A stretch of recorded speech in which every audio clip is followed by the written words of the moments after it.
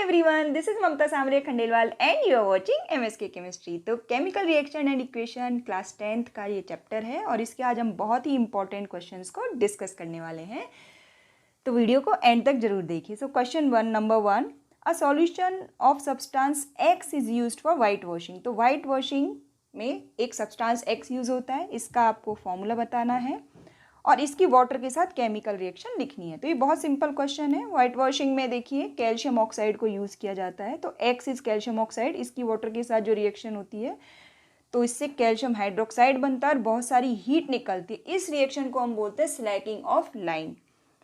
तो quick lime change हो जाता है स्लैग्ड लाइम में। अब बोर्ड में एक बार एक क्वेश्चन पूछा गया है और साथ में ये पूछा गया था कि इस रिएक्शन के 2 इंपॉर्टेंट ऑब्जर्वेशंस लिखिए। तो आपको क्या लिखना है, calcium oxide reacts vigorously with water, और सेकंड लिखना है large amount of heat is released, मतलब this is highly exothermic reaction. Question number 2, balance the following chemical equation. तो इनको बैलेंस करना है, बहुत आसान है। यहाँ पे देखिए आयरन के 2 एटम्स हैं, तो इसको हम 2 से मल्टीप्लाई कर देते हैं तो बाकी सारे एटम्स ऑटोमेटिकली बैलेंस हो गए। ऑक्सीजन भी बैलेंस हो गया, सल्फर भी बैलेंस हो गया। यहाँ पे हम देखते हैं आयरन के मुझे 3 एटम्स दिख रहे हैं, तो इसको 3 से मल्टीप्लाई कर दिया। ऑक्सीजन के 4 एटम्स दिख रहे हैं, तो यहाँ से 4 से मल्टीप्लाई किया, और हाइड्रोजन के लिए भी यहाँ हम इसको 4 से मल्टीप्लाई कर देते हैं। नेक्स्ट इज यहाँ पे आप देख सकते हैं हाइड्रोक्साइड आयन 3 है, तो इसको यहाँ पे 3 से मल्टीप्लाई कर दीजिए। यहाँ पे क्लोराइड आयन 3 है, तो यहाँ पे इसको 3 से मल्टीप्लाई कर दीजिए। तो देखिए ये रिएक्शन ऑटोमेटिकली बैलेंस हो गई। यहाँ पे देखते हैं हम कि हाइड्रोजन के एटम 4 है, यहाँ पे ओनली 2 है, तो इसको 2 से मल्टीप्लाई कर दिया। अब ऑक्सीजन एटम इधर कितने हो गए, 4, तो यहाँ पे हमें ऑक्सीजन को 2 से मल्टीप्लाई करना होगा। नेक्स्ट रिएक्शन इज ये लेड नाइट्रेट की बहुत ही इंपॉर्टेंट थर्मल डिकम्पोजिशन रिएक्शन है, ये आपको याद भी रखनी है। इसके ऊपर कई बार बोर्ड में क्वेश्चन पूछे गए, तो इसको बैलेंस करते हैं हम, ठीक है। तो इसकी बैलेंसिंग में ध्यान दीजिए, यहाँ पे नाइट्रोजन के मुझे 2 एटम्स दिख रहे हैं, तो सबसे पहले हम यहाँ पे अगर इसको 2 से मल्टीप्लाई करते हैं तो उस केस में क्या होता है, नाइट्रोजन दोनों केस में बैलेंस हो गया, लेड भी बैलेंस है, लेकिन ऑक्सीजन के एटम यहाँ पे आप देखिए कितने हो गए, 2 2 4 5 6 7, और इस साइड ऑक्सीजन के एटम है ओनली 6। तो इस केस में हमारे पास लेड नाइट्रेट को 2 से मल्टीप्लाई करने के अलावा और कोई ऑप्शन नहीं है। तो उस केस में क्या हो गया, अब लेड यहाँ पे 2 हो गया, तो यहाँ पे आपको 2 PbO होना चाहिए। अब नाइट्रोजन के एटम यहाँ कितने हो गए, 4, तो इसलिए यहाँ पे हमें ये 4NO2 लिखना पड़ेगा। अब यहाँ पे लेड, नाइट्रोजन और ऑक्सीजन, ये सब के नंबर ऑफ जो एटम्स हैं वो बैलेंस्ड है।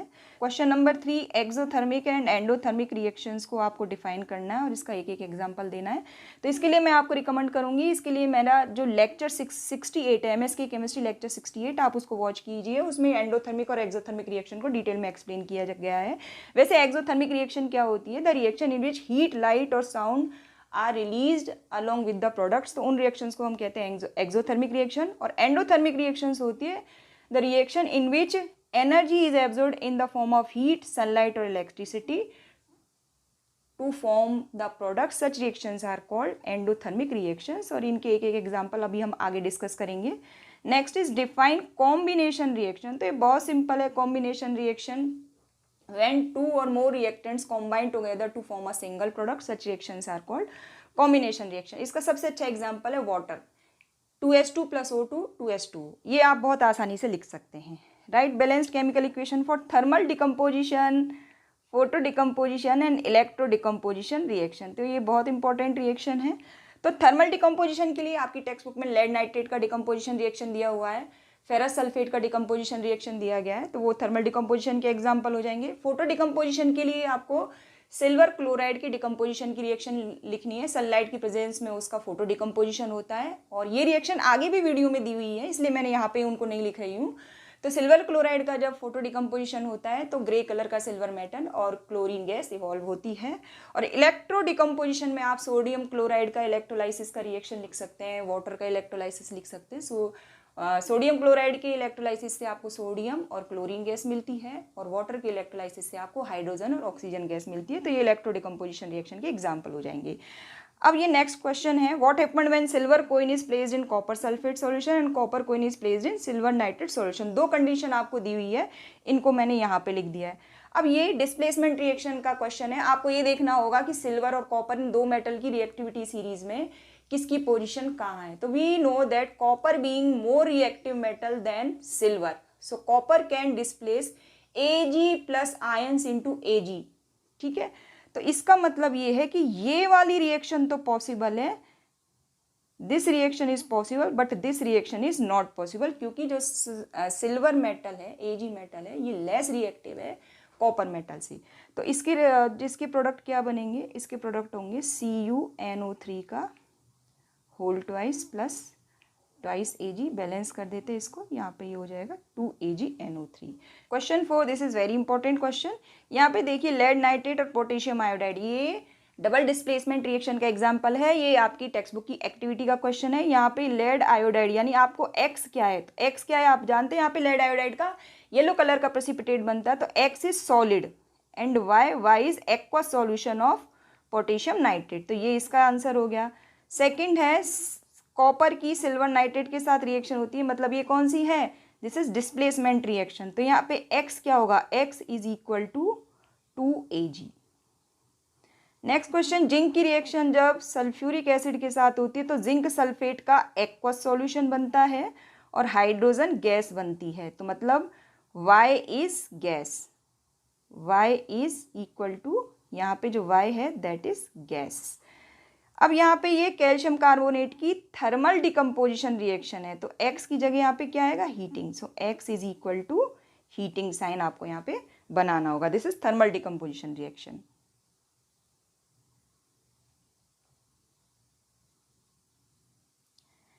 यहाँ पे आपको आइडेंटिफाई करना है कि ये जो गिवन रिएक्शंस हैं, ये जो चेंजेस हैं, एक्सोथर्मिक है, endothermic. So decomposition of ferrous sulphate, आप जानते हैं डिकम्पोजिशन रिएक्शन के लिए हमेशा एनर्जी एब्जॉर्प्शन का रिक्वायरमेंट होता है, so this is endo. Dilution of sulphuric acid, ये आपको हमने बता रखा है कि चाहे आप एसिड को डाइल्यूट कीजिए, चाहे आप बेस को डाइल्यूट कीजिए, वो सारी की सारी रिएक्शन हमेशा एक्सोथर्मिक होती है। इसके अलावा एसिड बेस न्यूट्रलाइजेशन रिएक्शन भी हमेशा एक्सोथर्मिक होती है, ये की पॉइंट्स है, ये आपको याद रखने हैं। सोडियम हाइड्रोक्साइड यानी बेस के अंदर आपने वाटर मिलाया है तो it is also exothermic reaction. Dissolution of ammonium chloride in water, पानी में अमोनियम क्लोराइड को घोला है आपने, so this reaction is endo. Photosynthesis में आप जानते हैं सनलाइट का एब्जॉर्प्शन किया जाता है, तो ये कैसी हो गई आपकी, endo. Respiration is exo. Decomposition of vegetable matter into compost, this is exo. और बर्निंग ऑफ नेचुरल गैस, तो ये आप जानते हैं ये क्या है, दिस इज कंबशन। और कंबशन रिएक्शन मैंने जैसे आपको एंडोथर्मिक और एक्सोथर्मिक वाली वीडियो में बताया है कि हमेशा ये कैसी होती है, exothermic. Question number 6, identify oxidising and reducing agent. तो आप जानते हैं जिसका ऑक्सीडेशन होता है वो रिड्यूसिंग एजेंट होता है और जिसका रिडक्शन होता है वो ऑक्सीडाइजिंग एजेंट होता है। तो आप इसके लिए ऑक्सीडेशन रिडक्शन पे मैंने एक अलग से वीडियो अपलोड किया हुआ है, MSK केमिस्ट्री लेक्चर 74, उसको आप देखिए। तो यहाँ पे देखिए इसका ऑक्सीडेशन हो रहा है, तो कार्बन यहाँ पे क्या हो गया, कार्बन यहाँ पे हो गया रिड्यूसिंग एजेंट और जिंक ऑक्साइड हो गया ऑक्सीडाइजिंग एजेंट। सेम यहाँ पे भी देखिए कार्बन का ऑक्सीडेशन हो रहा है, तो कार्बन यहाँ पे क्या है, रिड्यूसिंग एजेंट, और लेड ऑक्साइड हो गया ऑक्सीडाइजिंग एजेंट। यहाँ पे आप देखिए हाइड्रोजन का क्या हो रहा है, ऑक्सीडेशन, तो ये हो गया रिड्यूसिंग एजेंट और ऑक्सीडाइजिंग एजेंट हो गया कॉपर ऑक्साइड। यहाँ पे देखिए अमोनिया और ये है NO, तो यहाँ पे नाइट्रोजन पे क्या हो रहा है, ऑक्सीजन का एडिशन, तो इसका क्या हो रहा है, ऑक्सीडेशन। तो ऑक्सीडेशन होने की वजह से ये क्या है, रिड्यूसिंग एजेंट और ये है आपका ऑक्सीडाइजिंग एजेंट। तो बहुत आसान। Question number 7, write the balance chemical equation for the reaction between potassium iodide and lead nitrate. तो यहाँ पे देखिए ये डबल डिस्प्लेसमेंट रिएक्शन का एग्जांपल है और यहाँ पे येलो कलर का लेड आयोडाइड जनरेट होता है जो कि कैसा होता है, प्रेसिपिटेट होता है येलो कलर का। ये डबल डिस्प्लेसमेंट रिएक्शन का एग्जांपल है और हम ये जानते हैं कि ये जो न्यूट्रलाइजेशन रिएक्शन और प्रेसिपिटेशन रिएक्शन ये दोनों ही डबल डिस्प्लेसमेंट रिएक्शन होती है। Now define double displacement reaction. तो डबल डिस्प्लेसमेंट रिएक्शन का यहाँ पे हमने इसको डिफाइन कर दिया है। Do precipitation and neutralisation reaction are double displacement reaction, yes both are double displacement reaction. इसकी डेफिनेशन देख लेते हैं। व्हेन एटम्स और group of atoms are exchange between reactants in a chemical reaction to produce new substances, such reactions are called double displacement reaction.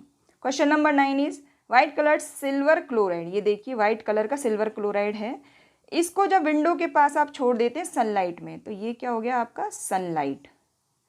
तो obviously sunlight आ गई तो क्या होगा, फोटो डिकम्पोजिशन होगा।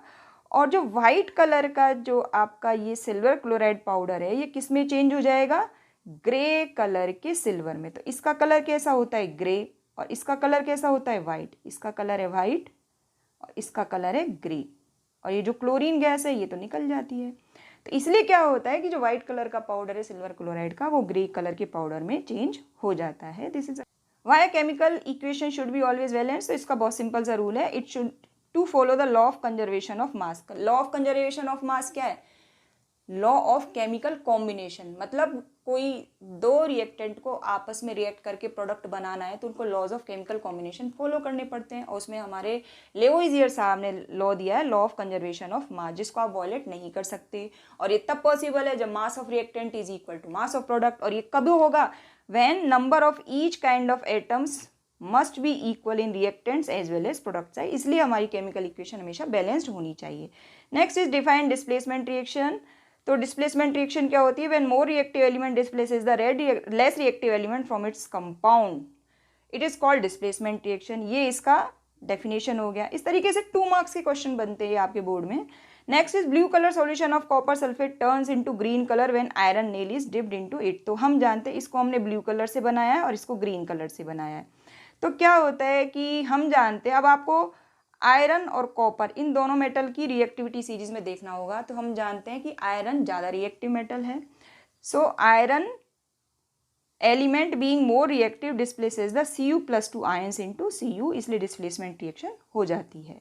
Next is right the chemical equation for the reaction. ये आपकी text book की activity का भी क्वेश्चन है कि जिंक ग्रेन्यूल्स में अगर डाइल्यूट हाइड्रोक्लोरिक एसिड ऐड किया जाता है तो क्या होता है। तो ये हाइड्रोजन गैस वहाँ पे इवॉल्व होती है और साथ में जिंक क्लोराइड बनता है।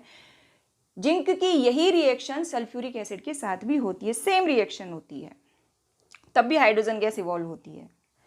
क्वेश्चन 13, यहाँ पे हमको बैलेंस्ड केमिकल इक्वेशन लिखनी है, तो लिख देते हैं कैल्शियम हाइड्रोक्साइड। अगर आपको फॉर्मूला लिखने में दिक्कत हो रही है तो हमने इसके लिए भी वीडियो अपलोड किया हुआ है, आप उसको देख सकते हैं। आप किसी भी कंपाउंड का फॉर्मूला बड़ी आसानी से लिख सकते हैं। जब इसकी रिएक्शन कार्बन डाइऑक्साइड से होती है तो कैल्शियम कार्बोनेट बनता है। कैल्शियम कार्बोनेट को हम लाइमस्टोन कहते हैं, और इस लाइमस्टोन, स्लैग्ड लाइम, ये सब के लिए हमने एक वीडियो बनाया हुआ है, लेक्चर नंबर 69, वो आप देख सकते हैं अगर आपको कोई डाउट है। Lime, click lime, slagged lime, limestone, ये सब क्या होता है। तो ये ऑलरेडी बैलेंस्ड है। यहाँ पे हम लेते हैं जिंक प्लस AgNO3। अब यहाँ पे देखिए, हम जानते हैं जिंक पे हमेशा +2 चार्ज होता है, इसलिए जो जिंक नाइट्रेट का फॉर्मूला बनेगा ZnNO3 का होल ट्वाइस, और ये सिल्वर। अब देखिए यहाँ पे नाइट्रेट, प्रोडक्ट साइड नाइट्रेट के 2 आयंस हैं, तो यहाँ पे हम 2AgNO3 लिखेंगे। अब 2Ag है तो प्रोडक्ट साइड ये 2Ag बन गया, ठीक है। तो यहाँ पे हम लिखते हैं aluminium plus copper chloride CuCl2, तो ये बनेगा यहाँ पे AlCl3 प्लस कॉपर। अब इसे बैलेंस करना होगा, क्लोरीन के एटम्स दोनों साइड बैलेंस नहीं है, तो यहाँ पे हमें 3 से मल्टीप्लाई करना होगा, यहाँ पे 2 से करना होगा। अब मेटल्स को कर देते हैं, यहाँ पे 2Al और यहाँ पे 3Cu। Next is barium chloride. तो बेरियम पे क्योंकि +2 चार्ज होता है, क्योंकि ग्रुप सेकंड का मेटल है इसलिए। Plus potassium sulphate K2SO4, sulphate पे -2 चार्ज होता है, पोटेशियम पे हमेशा +1 चार्ज होता है, इसलिए K2SO4 इसका फॉर्मूला बनेगा। और इससे बनेगा barium sulphate BaSO4 plus twice KCl। तो इस तरीके से भी क्वेश्चंस बोर्ड में आते हैं। तो silver chloride stored in dark coloured bottles, why. तो इसका जवाब बहुत आसान है, आप जानते हैं कि इसका फोटो डिकम्पोजिशन होगा। अगर आपने डार्क कलर की बोतल में नहीं रखा तो सनलाइट उस तक पहुंच जाएगी, और सनलाइट अगर उसकी इस पर पहुंच गई तो क्या हो जाएगा, फोटो डिकम्पोजिशन हो जाएगा, और इस वजह से जो वाइट कलर का सिल्वर पाउडर है वो ग्रे कलर के सिल्वर मेटल में कन्वर्ट हो जाएगा, इसलिए इसको डार्क कलर की बोतल में स्टोर किया जाता है। Next question is why silver articles turn black when kept in open for few days. तो यहाँ पे क्या होता है, आप जानते हैं कि एयर में हाइड्रोजन सल्फाइड गैस होती है, तो सिल्वर हाइड्रोजन सल्फाइड गैस के साथ रिएक्ट करता है और ब्लैक कलर का एक कोटिंग अपने ऊपर बना लेता है। इसी वजह से हमें जो चांदी के जो ऑर्नामेंट्स हैं वो थोड़े टाइम के बाद काले पड़ जाते हैं। Question 17, oil and fat containing food items are flushed with nitrogen, why. तो ये है आपका रेंसिडिटी का question. So to prevent oxidation of oil and fat containing food items, तो उनका ऑक्सीडेशन हमें रोकना है। क्यों ऑक्सीडेशन रुक गया तो वो रेंसिड नहीं होंगे, रेंसिड मतलब उनमें फाउल स्मेल नहीं आएगी। सो दीज फूड है substances do not become rancid for long time. तो ये आपका रेंसिडिटी का क्वेश्चन होगा। क्वेश्चन नंबर 18 ये कोरोजन का क्वेश्चन है। कोरोजन को डिफाइन कीजिए। When a metal is attacked by substances like moisture, acid etcetera around it is said to be corroded and this process is called corrosion. और इसकी बहुत अच्छी एग्जांपल है, आपने देखा होगा बारिश में हमारे घर में जो कॉपर बर्तन होते हैं उस पर ग्रीन कोटिंग थोड़ी ज़्यादा आ जाती है, तो वो ग्रीन कोटिंग किसकी वजह से होती है? कॉपर कार्बोनेट की वजह से। और जैसे कि अभी अभी हमने क्वेश्चन में जिक्र किया था कि जो सिल्वर के जो ऑर्नामेंट्स हैं ये सब थोड़ी देर के बाद क्यों काले पड़ जाते हैं, तो